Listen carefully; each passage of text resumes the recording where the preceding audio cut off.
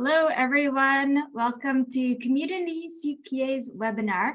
My name is Catherine, and I work with Ying Sa at Community CPA. And today we have some special guests on today to talk to us about credit card processing, which, as many of you know who do business, credit cards are now a very common part of doing business and practices. In thinking of how the expenses are run, what the additional surcharges. So Kent and Derek will be talking about credit cards today, as well as the compliance. So the main topic will be surcharging and cash discounting. So Kent here is with us. He is the president of Purity Payment Solutions, LLC. So he's had 30 years working with financial services. And so he works with issuing credit cards, credit card processing. And Derek here is the president of, sorry, can you tell me how to pronounce that? Apogee Payment Solutions? Yeah, that's right. Apogee Payment Systems. Mm-hmm. Okay, yes.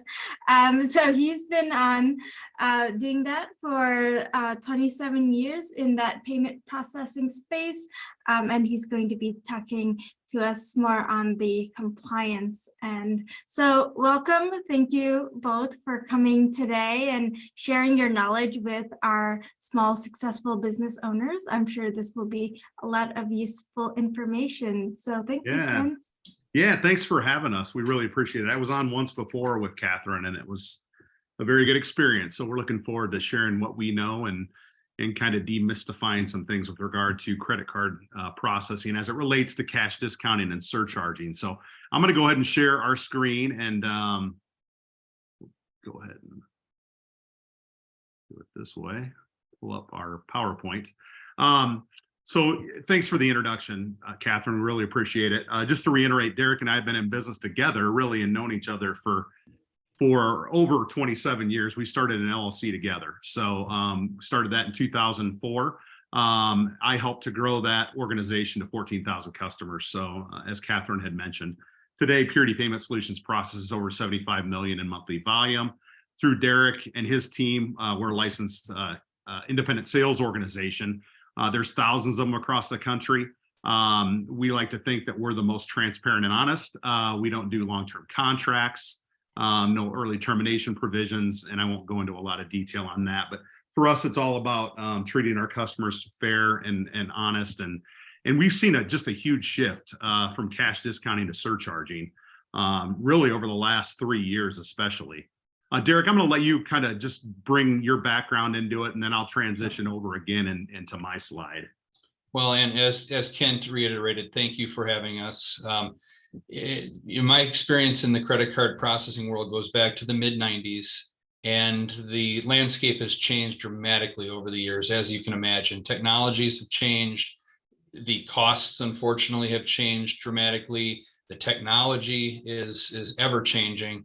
And we also have new products and methods that we'll be talking about today that are becoming commonplace. As I said, this has really shifted, I think, in the last 3 years. The concept of surcharging and cash discount in years past was only found in government, for example, or online licenses and whatnot, where you could legally surcharge. And cash discount we saw in gas stations. And really now it's becoming commonplace in every industry to have the ability to do this. And that's why we're talking about this today. There's a right and a wrong way to do this. And if you do it the wrong way, there could be consequences. So we're here to try to educate you on what can be done, what should be done, and then it's your decision if you want to implement that or not in your business.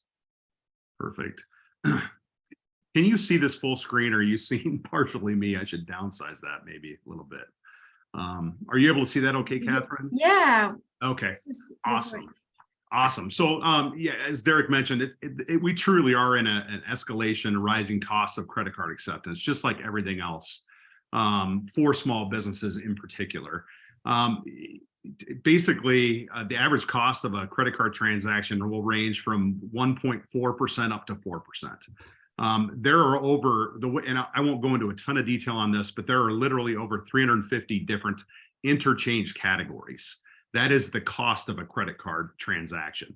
Really what it relates to is if you swipe or dip a chip now, that's going to be a card present transaction and therefore a lower cost of accepting credit cards. Whereas in the industry, web e-commerce is viewed as a more risky transaction and therefore the costs are higher for transactions like that, or phone payments. So there's a variety of different card interchange rates. Standard credit cards, as everybody knows, the cost of reward cards are going up. You see the commercials all the time for Chase where those costs are escalating as well based on the richness of those types of cards. So those two things factored in together are interchange, and that's essentially the cost.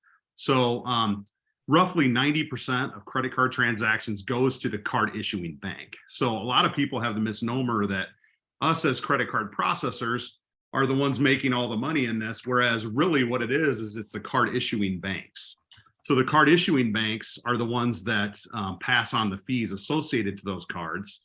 We simply help our business owners accept credit cards, and we try to do that in a more cost-effective manner. So, and it's a real expense. It's anywhere from anywhere of what you look, it's either the second or third highest overall expense to small businesses, next to payroll, rent, and sometimes it even exceeds rent based on if you have a lot of credit card transactions.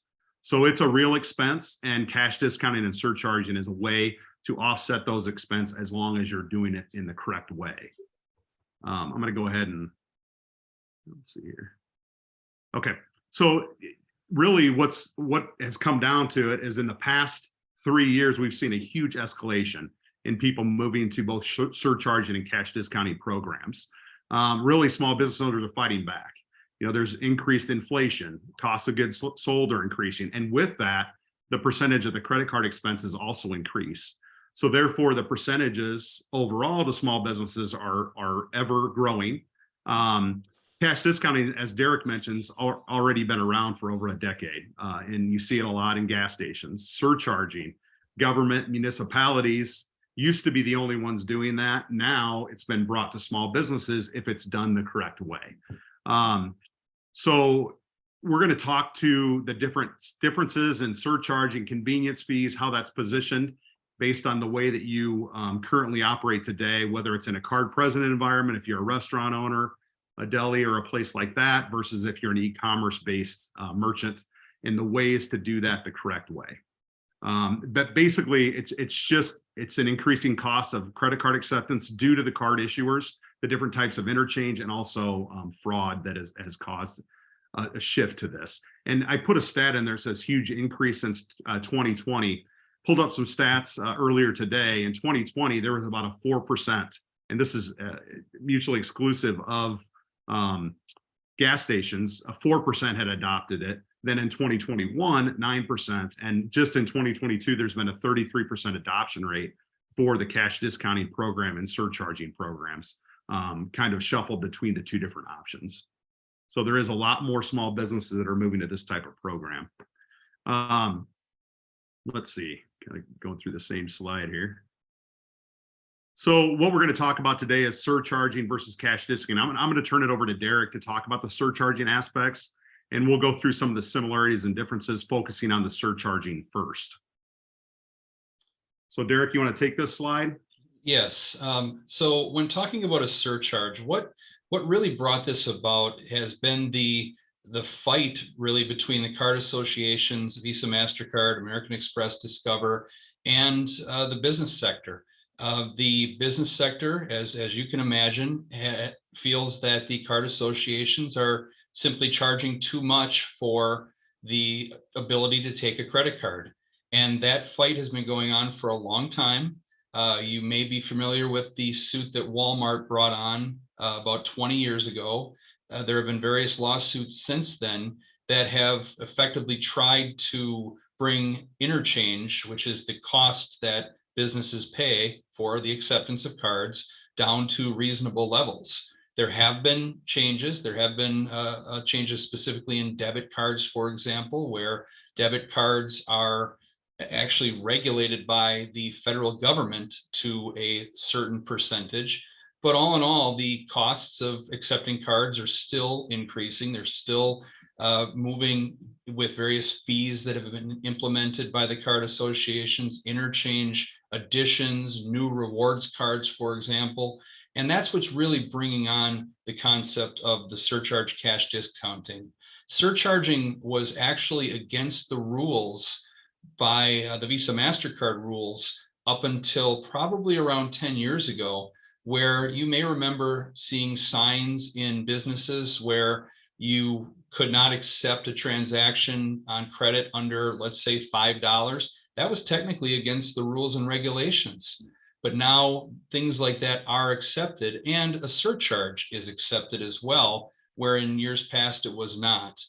What a surcharge is effectively a fee to accept a credit card. Let's say it's a 4% fee. That 4% would show up on a receipt as an actual charge for taking that credit card transaction. The purpose of it is to recover the cost of processing the transaction, not to make money on the transaction, for example. However, there are laws in place by the federal government that you cannot surcharge a debit card. And that debit card is not just PIN debit. It also includes what we call offline debit, where a debit card is run through a terminal or run through keyed in on e-commerce, for example, into a shopping cart. Whenever a debit card is used, it legally cannot be surcharged. And that's very difficult to apply that because most technologies in the payment space cannot tell that it's a debit card when it's not PIN entered.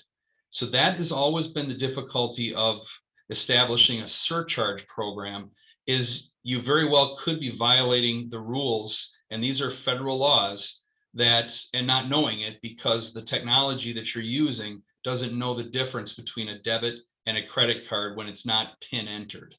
So we talk about the drawbacks. Not only do you have federal restrictions, you also have state restrictions.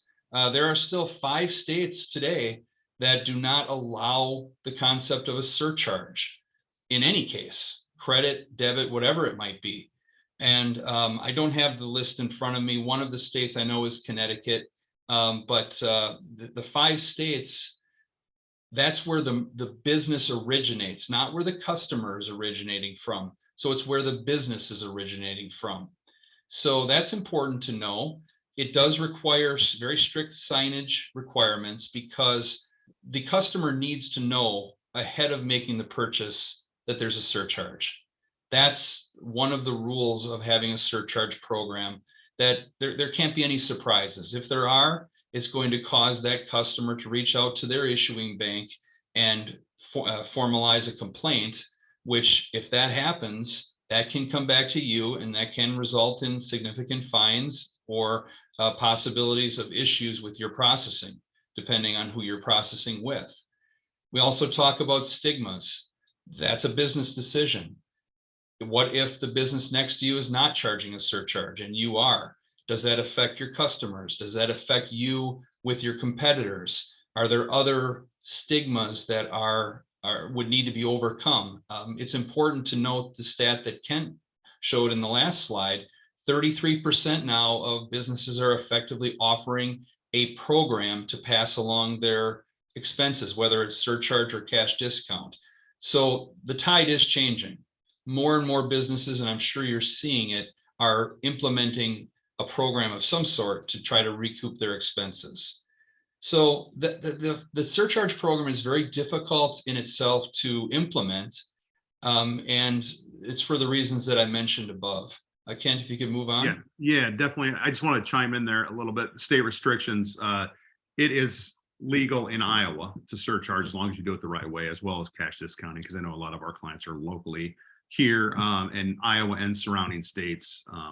It is okay to do that. Kansas, it is not. So we can get the full list later and provide that to Catherine too, if we once we have that. Yeah, thank you. Yeah, for sure. Go ahead, Derek. So in addition, there are, above the federal rules, there are still card association rules that they have put into place. So while I mentioned it is allowed, which it was not allowed prior, they still do have rules in place. Number one, you need to notify your processor that you're using, as well as the card associations, typically through your processor. Within 30 days, you have to give 30-day notice that you're going to start surcharging transactions. And once again, you cannot surcharge debit in any form, whether it's, like I said, PIN-based debit, a debit card being used in a terminal or a point of sale system, a debit card being used online if you're e-commerce, or typing in, manually keying transactions. So it's important to know you cannot surcharge debit under any circumstances. And once again, the notification or signage needs to be either at the point of sale, it should be at the front entrance if you're a retail establishment. It needs to be online if you are e-commerce. Somehow your customer needs to know before they make that transaction. It should be very clear to them that there is a surcharge and they are agreeing to that surcharge if they are going to process the transaction. And lastly, there is a maximum percent, because once again, this is to recoup the cost of taking the transaction. There is a 4% surcharge maximum that can be charged to your customers. And here we have a few examples. These are just examples of an online transaction. For example, you'll see the one on the left is related to a donation to Pentecostal Worship Center. It's simply a $3 fee. This client has done what they should do in terms of taking the transaction. The technology that they're using knows the difference between a credit and a debit card. Typically, that's done by what's called the BIN. It's the first 6 digits of the card. The BIN is the bank card identification number that tells if it's a debit card or a credit card. And they're actually looking up that BIN to be able to tell if it is truly debit or credit. And it knows if it's debit, it cannot have a fee. If it's credit, it can. And you'll see that it's very clearly stated not only on the technology here, but there is also a note before they got to this point that says there will be a surcharge of 3% added on. And it's also circled on this page too, as you can see. And in the next, on the right side, it's simply a receipt that in a card present environment, that signage would have been at the window and also at the point of sale, that basically has a fee added on for the acceptance of this American Express credit card, which knows the technology to be able to tell if it's credit or debit. Kent, did you want to take this piece of it? Sure. Derek just mentioned, obviously you want to have the right payment gateways, virtual terminals, if you're an e-commerce based merchant. We have that here at Apogee and Purity Payment Solutions. So we're able to do things like surcharging, so it recognizes the BIN numbers that Derek had mentioned. So that's what this illustrates on the left, and why I put experience in the headline is you need to work with a processor that really knows the ins and outs and has the signage available to you. We here do menu creation for our customers. We put the appropriate disclosures in the appropriate place and actually produce some of that for our customers as well on a case-by-case basis. The one on the right, you'll see the fee added. So you have to have the right terminals to be able to implement a surcharge-based program that tacks on the fee. Here you'll see it says cash discount. We're going to get into that here in a moment with regard to cash discounting, but just important to work with the right partners that will be able to do this the correct way for you, so you don't risk anything or risk the possibility that you could get shut down by the card association, Visa, MasterCard, Discover, for doing this type of program. So I'll go ahead and just kind of jump into cash discounting. So cash discounting, I like to look at that as the better method than surcharging. First of all, you provide a discount to customers who pay by cash. So right there, you're able to advertise and promote a cash discount versus effectively the negative connotation of surcharging, which is adding the percentage on to either receipts or having so many more notifications when it comes to a surcharge program. essentially you're working to incentivize the customers who pay with cash, to provide them that additional discount for doing so. And in the process, helping yourself in a positive way. You can also embed the cost of credit cards in your menu prices. So then we call that a true cash discount program, where you've effectively included that cost of credit card. And then at the point of sale, you can really promote the cash discount and show that either on the receipt or on signage around the point of sale terminal. You know, we have some customers that even choose to do that at a table side. So they're reminding customers that they do offer this discount, that is a possibility of doing that. So this is legal in all 50 states, a lot fewer regulations in the surcharge program. You don't have to notify the card associations, as Derek mentioned before. There's really a positive aspect to this. Still does require notification if you're going to show cash prices. Whether, you know, a lot of people have signage that's already been produced. We help them to redo some of that if they want to. If not, it's just making sure you have the appropriate disclosures and notifications within your signage to notify them that you're offering a cash discount and prices shown are reflective of cash pricing. So some examples of this on the left, the far left is an example of a receipt that physically shows the cash discount on that receipt and deducts that from the cost. So it's effectively showing that. The one on the right then shows the non-cash adjustment. I think in this case, it was roughly 3.8% or something along those lines. And again, we look at it on a case-by-case basis. There's a lot of processors out there that will only do this at 4%. We look at it based on the type of business, the volume of business, determine effective rates, and then decide from there what is a I guess, intrusive way of doing it, but also that it can protect your customers a little bit if we can offer below the 4%. Some of the things that factor into that is if we're going to produce menus or some of those other things. On the far right, you'll see a notification that was actually on a menu for one of our clients that reflects the cash pricing. So the way you implement this, there's a variety of tools and ways of doing that. In the middle, I'll draw your attention to a pricing notice to include the 3.99%. You could have this, really, it only has to be at point of sale. You can put it on the front door if you choose, and then you promote the cash discount as an incentive for those customers at the $3.99 discount. There are tools that we have for POS clients, dual pricing, which Derek will get into in a minute, to differentiate the two prices, so you're very upfront with your customers about that. The screen capture here on the left is a way of implementing that. So when someone pays, you effectively can deduct that cost by selecting the cash button versus PIN debit versus check. And then below it is the credit buttons that you select based on that, and it automatically applies that discount to cost of goods sold. And I mentioned that the ability to really promote this. You see the two signs on the right that say cash discount offered, shop and save 3.85%. You earn rewards. We do reward programs and things like that, great deals. So you can really promote that as a way to offset the stigma with regard to surcharging, and then that effectively being a upcharge.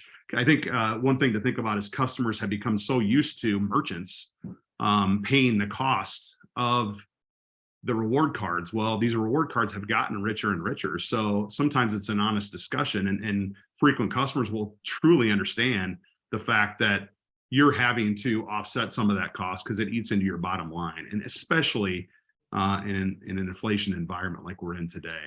So those are some ways to do that. Derek, do you want to talk about cash discounting and dual pricing? Yes, dual pricing. It's a method of cash discounting which is fairly new, and I truly believe that it's a more I guess transparent way of showing the difference between the cash and credit price. Once again, it is cash discounting, so it is valid in all 50 states. There's no restrictions on can it be done. No notifications need to be done. What cash discounting or dual pricing effectively is the ability to show on the receipt what the actual price is of the cash transaction or the credit transaction. And there are no line items to add on. For example, adding a non-cash adjustment just to then discount it off, as we saw in the prior slide. It simply says, we'll take a $10 item, for example. If cash is paid, it will show $10 on the receipt. And if we assume a 4% surcharge adjustment, I'll say a 4%, if there's a 4% discount for cash, it will show the actual $10 if cash. It will show $10.20 if it is a credit card payment. The key is the signage. Your signage says, as we showed before, that menu prices or listed prices, if you're retail, reflect cash price. So if the cash price is $10, that would effectively make the non-cash price $10.20. Your signage is there to cover any regulations or any questions that customers may have. And the receipt is very clear. It shows what the dollar amount is of the charge. Once again, there's no line items to confuse customers. It simply would show what the price is. So as the bullet point says, clearer receipts, clearly displays card versus cash pricing at time of sale. And there are a number of different technologies today that offer this dual pricing methodology of cash discounting. So I truly believe this is what you're going to see more often. And you can see in the display on the slide in this particular terminal, it shows right on the screen itself, here's the card price, here's the cash price, and whatever is chosen is going to effectively be put on the receipt. So the signage covers you for anything that you might, any questions the customers might have. The receipts cover you because they're very clear, and you'll have less disputes from your customers for this because you're being upfront with them and very clear from start to finish. You know, and we have clients at Purity Pay that utilize this method. So the tag pricing that have, you know, hundreds of inventory items, that tag pricing is what it is. But when they bring it up and the total of sale is entered as such, it automatically with that terminal then includes the credit price on that based on the sum of everything. Some people will do it within the terminal itself. Others will do it within their point of sale. We can do that both ways. So, you know, the differences, I guess, between the two, this is just a summary slide. There's an increasing cost for credit card. When you're surcharging, you're effectively increasing the cost for the credit card user. So that's where that negative stigma comes into play. Cash discounting, you're decreasing the cost for cash users. Is there a different price? Yes, you can do that in the form of the dual pricing or in the notification. And then, but at minimum, surcharging there's much more regulation, notifications, state limitations on when you can and can't do surcharging. The key is the debit card transactions and having the right tools, terminals, gateways that allow that to be done correctly. Surcharging really does have that negative connotation and always has in the past. And I think it always will continue to do that. I mean, I have friends that some of them won't go to establishments that do the surcharging, but if you do it effectively in a cash discount manner, it's much less intrusive and it doesn't carry that negative connotation. There's less regulations and really little and no notification if you embed it in your prices to promote that cash discount. So we like cash discounting and dual pricing, especially as that comes out now. And the tools are becoming more commonplace. You just have to make sure you're doing the notifications the correct way. So we got through that in about a half hour. Happy to answer any questions. Derek and I would be happy to answer any questions you might have, if there are any. We can open it up to that. There was a question early on. I responded back very quickly. Someone had asked the question about a contactless or a wallet payment, such as Apple Wallet. Is that considered card present? That's a very good question. Whether it's in a wallet perspective used at a terminal or if it's contactless card, they also call those blink cards. That is considered card present when accepted by a terminal. It does not have a different interchange or cost versus a swiped transaction. So it does not have its own category, but it still is considered card present. Yeah, that's a great question. Yeah, certainly that is more common now, right, than before. So Yes. I think there are trade-offs, right? Like the convenience of having a card versus cash, but then those differences in pricing. And of course, business owners need to know that because it affects how they, their sales. So. Absolutely. We were going to talk a little bit about the accounting side of it. We want to have Ying here to kind of discuss that. Maybe that's something, Catherine, that we could get a slide out to those that attended today that can talk to that point. Know that there are specific rules to accounting for credit card transactions, and that's something we always say, talk to your CPA about. Yes, Talk to for sure. Community CPA about that one. So. Yes, we will send out slides regarding that. But thank you so much today, Kent and Derek, for your time. And I think your slides were awesome. So thank you for sharing appreciate that and Yeah. the knowledge. So Yeah, and we'd be open to questions or anything that any of your customers, if they don't feel comfortable asking them in the public setting, feel free to share my information. I'd be happy to talk to any customers about how best to do this. Perfect. I will connect the attendees for today with you both, so you can talk to them offline. So Sounds good. thank you, Sounds good. everyone. Thank you, Catherine. Thank you, Derek. Catherine. Take care, everyone. Take care. We'll All right, see you take care, next time. everybody. Bye.